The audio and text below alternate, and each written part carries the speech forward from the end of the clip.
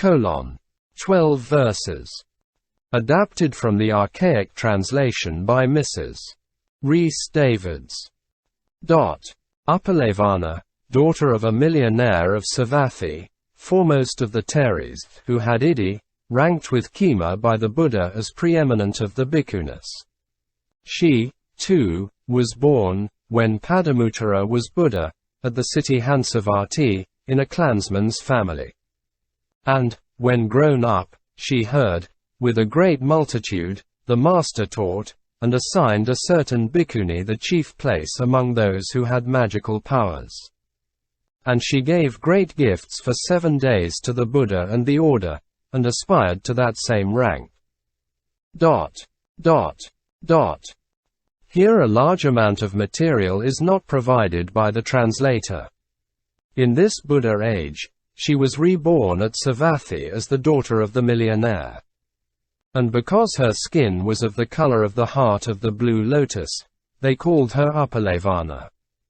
Now, when she was come of age, kings and commoners from the whole of India sent messengers to her father, saying, "Give us your daughter." Upon that the millionaire thought, "I cannot possibly meet the wishes of all. I will devise a plan." And, sending for his daughter, he said, "Dear one, are you able to leave the world?"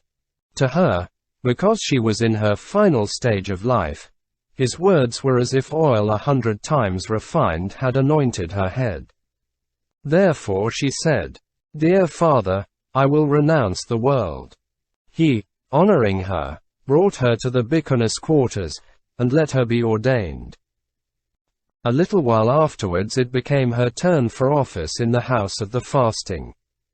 And, lighting the lamp, she swept the room. Then taking the flame of the lamp as a visible sign, and meditating on it continually, she brought about jhana by way of the radiant device, and making that her stepping stone, she attained arahantship.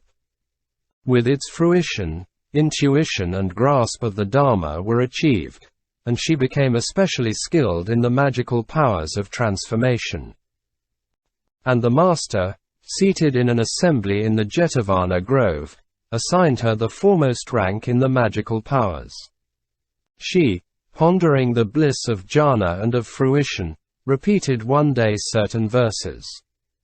They had been uttered in anguish by a mother who had been living as her daughter's rival with him, who later, when a bhikkhu, became known as the Ganges Bank elder, and were a reflection on the harm, the vileness and corruption of sensual desires. In enmity we lived, bound to one man, mother and daughter, both as rival wives. Oh, what a woeful plight, I found, was ours. Unnatural offense. My hair stood up. Horror fell on me. Disgusting is this life of sensual desire, impure and foul. A jungle thick with thorns, in which we unfortunate pair, my girl and I, had strayed. The evils in the life of sense, the strong, sure refuge in renouncing all, she saw. At Rajagaha went she renounced and was ordained. The home to live the life where no home is. Joyful and happy, she meditates on the distinction she has won. I know my past lives.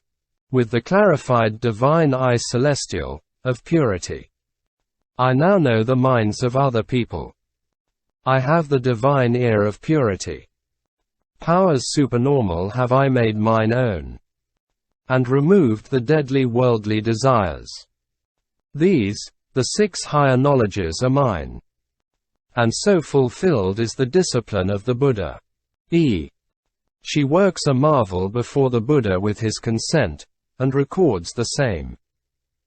With chariot and horses 4 I came, made visible by supernormal power, and worshipped, at his feet, the wondrous Buddha, Lord of all worlds. She is disturbed by Mara in the sal tree grove, and rebukes him. Mara, you have come where fragrant trees stand crowned with blossoms. stays alone below sal tree. None to companion you, do you not fear the molesters?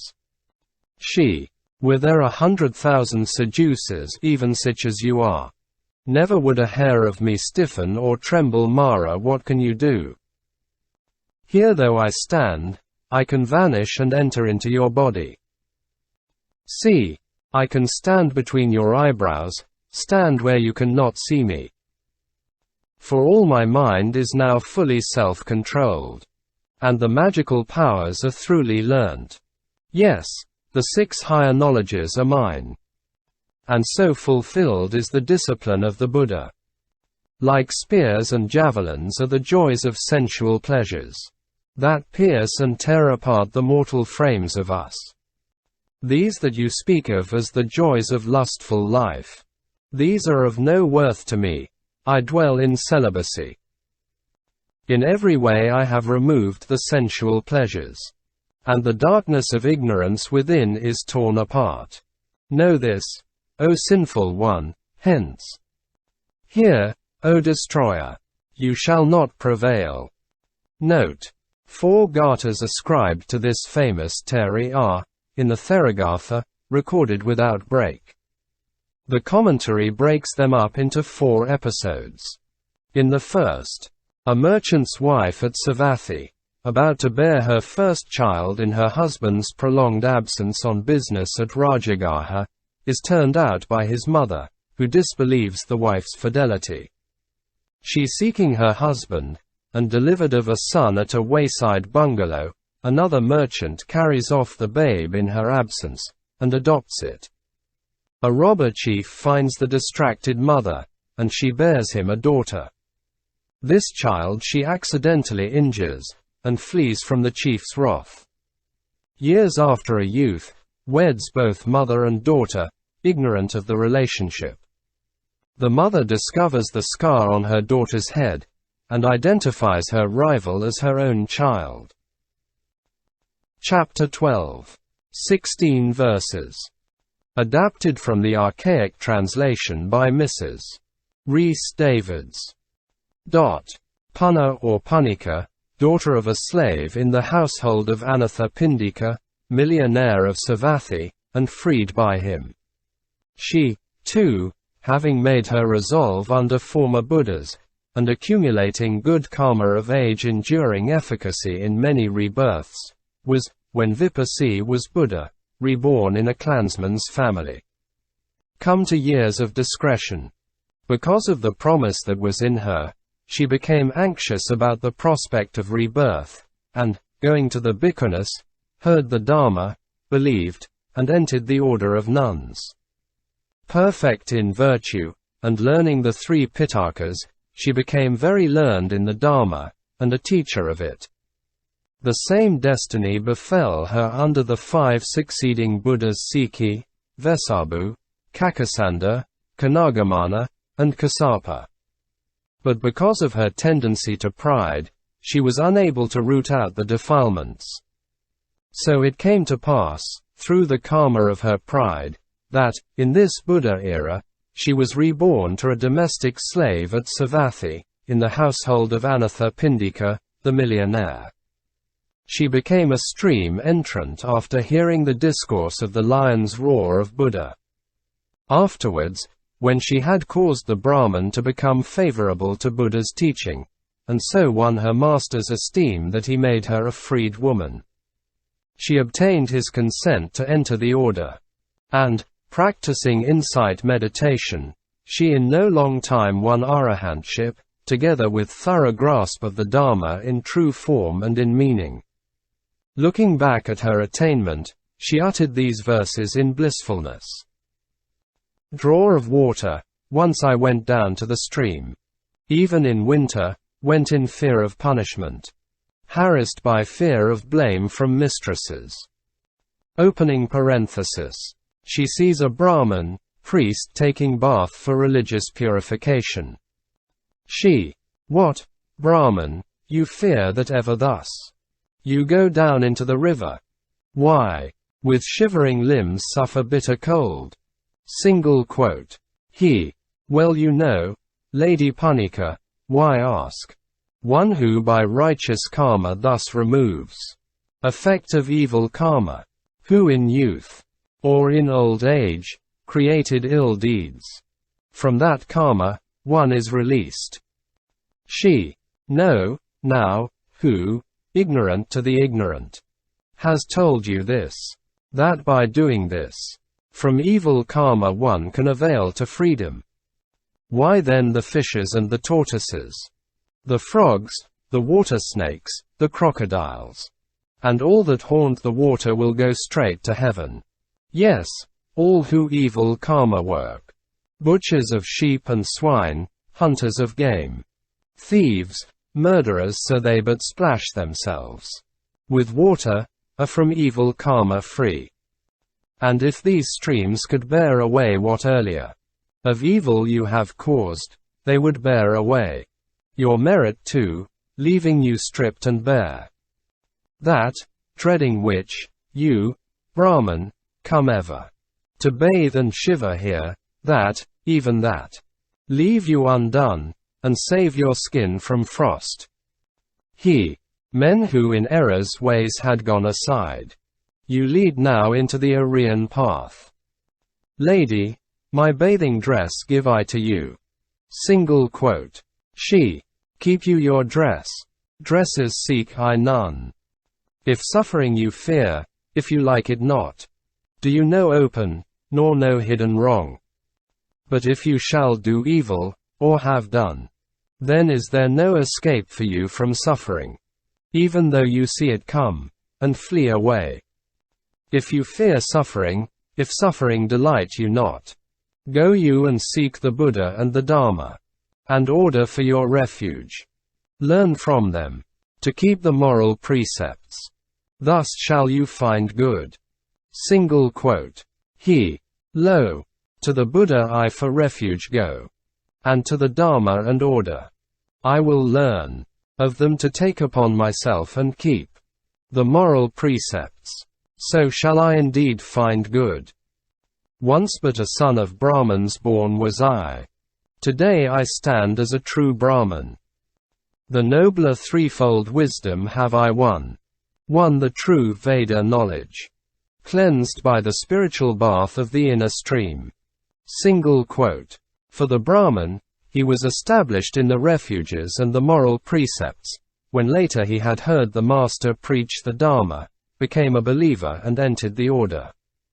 Using every effort, he not long after became thrice wise, and, looking back at his state, was elated in those verses. And the Theri, repeating him of herself, they all became her hymn. Chapter 13. 20 verses. Adapted from the archaic translation by Mrs. Rhys Davids. Ambapali, ex-courtesan of Vesali. She, too, having made her resolve under former Buddhas, and accumulating good karma of age-enduring efficacy, in many rebirths, entered the order in the time of Sikhi Buddha. And one day, while yet a novice, she was walking in procession with bhikkhunis, doing homage at a shrine, when an arahant Theri in front of her hastily spat in the court of the shrine. Coming after her, but not having noticed the Theri's action, she said in rebuke, "What Ganika has been spitting in this place?" As a bhikkhuni, observing the moral precepts, she felt repugnance for rebirth by womb, and she set her mind intently on spontaneous regeneration. So in her last birth she came into being spontaneously at Vesali, in the king's gardens, at the foot of a mango tree. The gardener found her, and brought her to the city. She was known as the Mango Guardian's girl. And such was her beauty, grace, and charm that many young princes strove with each other to possess her. Till, in order to end their strife, and because the power of karma impelled them, they agreed to belonging to all and appointed her as a Ganika. Later on, out of faith in the Master, she built a vihara in her own gardens, and handed it over to him and the order. And when she had heard her own son, The elder monk Vimala Kondana. Preach the Dharma. She was also ordained and practiced insight meditation, and seeing the effects of old age on her, the law of impermanence of worldly came to her mind. Inspired, she uttered the following verses. Glossy and black as the down of the bee my curls once clustered. They with the waste of the years are liquor as sackcloth or bark cloth. The words of the truth speaker are not otherwise. Fragrant as casket of perfumes, as full of sweet blossoms the hair of me. All with the waste of the years now rank as the odour of hare's fur. The words of the truth speaker are not otherwise. Dense as a grove well planted, and comely with comb, pin, and parting. All with the waste of the years dishevelled the fair plaits and fallen. The words of the truth speaker are not otherwise. Glittered the black plaits in head dresses jewelled and golden.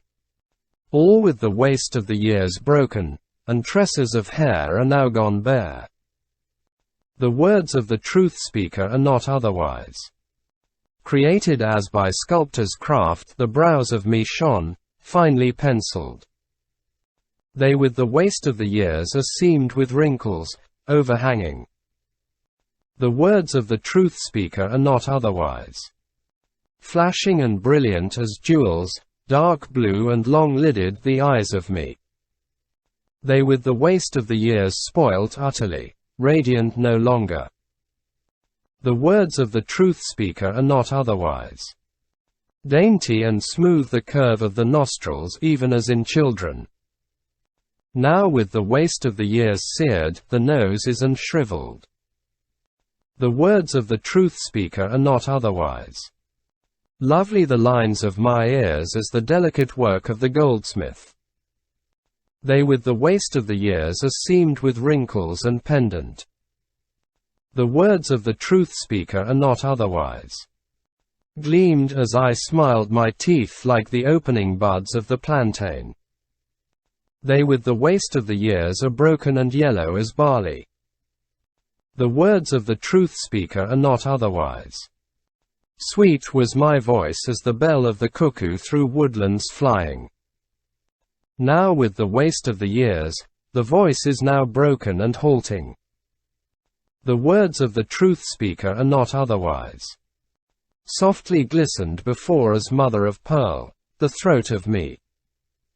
Now with the waste of the years all wilted its beauty and twisted. The words of the truth speaker are not otherwise. Beautiful the arms of me once shone like twin pillars cylindrical.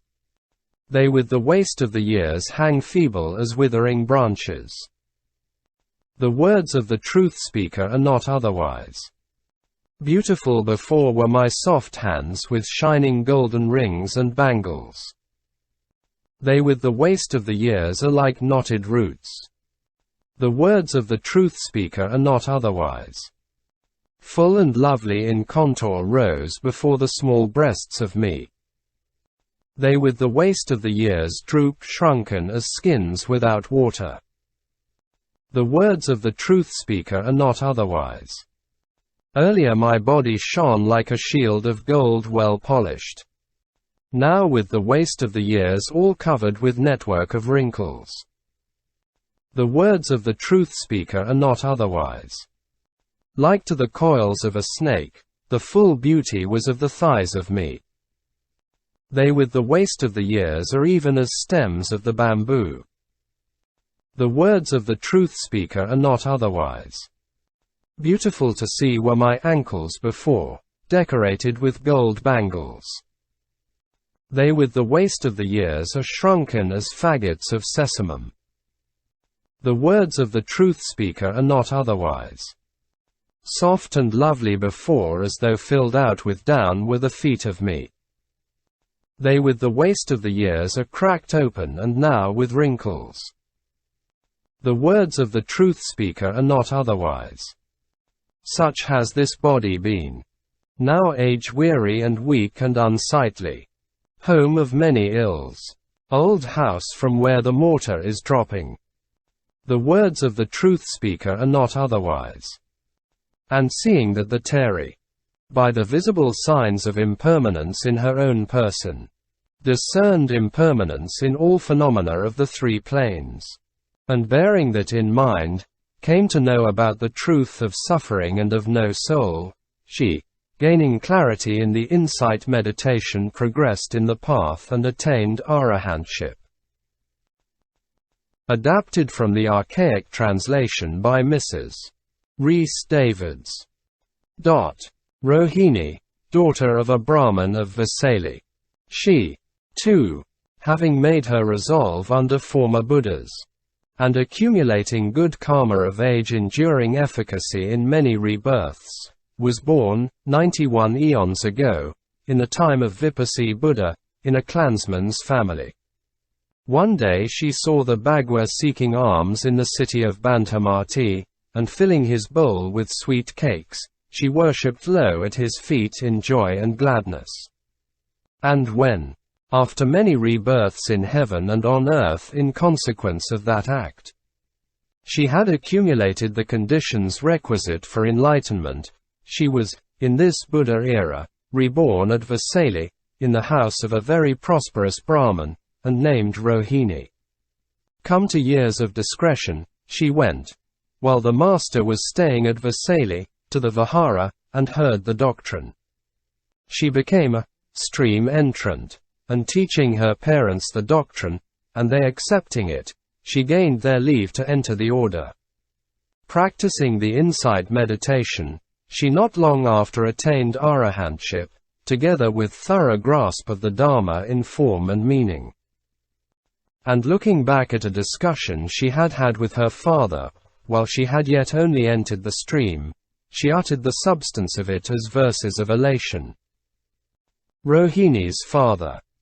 See the monks. Do you ever say, see the monks, waking me from sleep? Praise of monks ever on your tongue. They say, she has a mind to be recluse. You give to these monks as they come, abundant food and drink. Come, Rohini. I ask, why are monks dear to you? Not glad to work are they, the lazy crew. They make their living off what others give. Beggars are they, and greedy of titbits. I ask, why are monks dear to you? Single quote. Rohini. Many a days, dear father, you have asked about recluses. Now will I speak about their virtues and their wisdom and their work. Gladly of work are they, not lazy people. The noblest work they do, they drive out likings and hate. Hence are monks dear to me. The three lowly roots of evil they remove, making all pure within, removing all sin. Hence are monks dear to me. Their work in actions pure, pure is their speech, and pure is their work in thought. Hence are monks dear to me. Immaculate as mother of pearl, with purity within and outside, with holy lustrous characters. Hence are monks dear to me. Learned and followers of the Dharma, noble and living by the Dharma. Dharma they teach. Hence are monks dear to me. Learned and followers of the Dharma, noble and living by the Dharma, with well-concentrated meditating. Hence are monks dear to me. Far and remote they wander, self-controlled, focused, wise in their words and meek. They know the end of suffering truly. Hence are monks dear to me. And when along the village street they go, at nothing they turn to look. They walk without expectation. Hence are recluses dear to me. They do not take to make a storehouse, nor jar nor crate. They perfected their quest. Hence are monks dear to me. They clutch no coin, no gold their hand does take, nor silver. For their needs they take what is sufficient. Hence are monks dear to me. From many a clan and from many countrysides, they joined the order. There with good will. hence are monks dear to me. Single quote. Rohini's father. Now truly for our welfare, O Rohini. You were a daughter born into this house. Your trust is in the Buddha and the Dharma, and in the order. Keen your piety. For well you know this is the field supreme, where merit may be created. We too from now on will serve ourselves to holy men. For by that we shall accrue merit to our account, by donations to them plentiful. Single quote. Rohini. If it is suffering you fear, if you like it not, go you and seek the Buddha and the Dharma, and order for your refuge. Learn of them, and keep the moral precepts. So shall you find well-being. Single quote. Rohini's father. Lo, to the Buddha I go for refuge, and to the Dharma and order I will learn of them to take upon myself and keep the moral precepts. So shall I indeed find well-being. Once but a son of Brahmins born was I. Today I stand Brahman in very deed. The nobler threefold wisdom have I won the true Veda knowledge, and have been cleansed by the inward spiritual bath. Single quote. The Brahman was established in the refuges and the moral precepts, when later on he became elated, renounced the world, and, developing in insight meditation, was established in arahantship. Looking back at his attainment, elated he spoke the last verse. Adapted from the archaic translation by Mrs. Rhys Davids. Chapa, daughter of a head trapper of Vankahara, wife of Upaka, ex-Ajivaka. She, too, having made her resolve under former Buddhas, and accumulating good karma of age-enduring efficacy in many rebirths, till she had accumulated the beneficent roots, and matured the conditions for enlightenment, was, in this Buddha age, reborn in the Vankahara country, at a certain village of trappers, as the daughter of the chief trapper, and named Chapa. At one time Upaka, an ascetic, met the master as he was going to Benares, that ascet rolling from his body tree throne, the wheel of the Dharma, and asked him, "You seem, my friend, in perfect health. Clear and pure is your complexion. Why have you, friend, renounced the world? Or who may your teacher be? Or whose doctrine do you believe in?" And he was thus answered by Buddha. All have I overcome, knowing all the Dharma, freed from all craving. My own now is the divine understanding. Whom should I name to you? For me no teacher lives. I stand alone. On earth and in heaven rival to me, there is none. Now go I on seeking Benares town, to start the wheel, the teaching of the Dharma, to rouse and guide the nations blind and lost, striking the drum of the eternal life-giving ambrosia.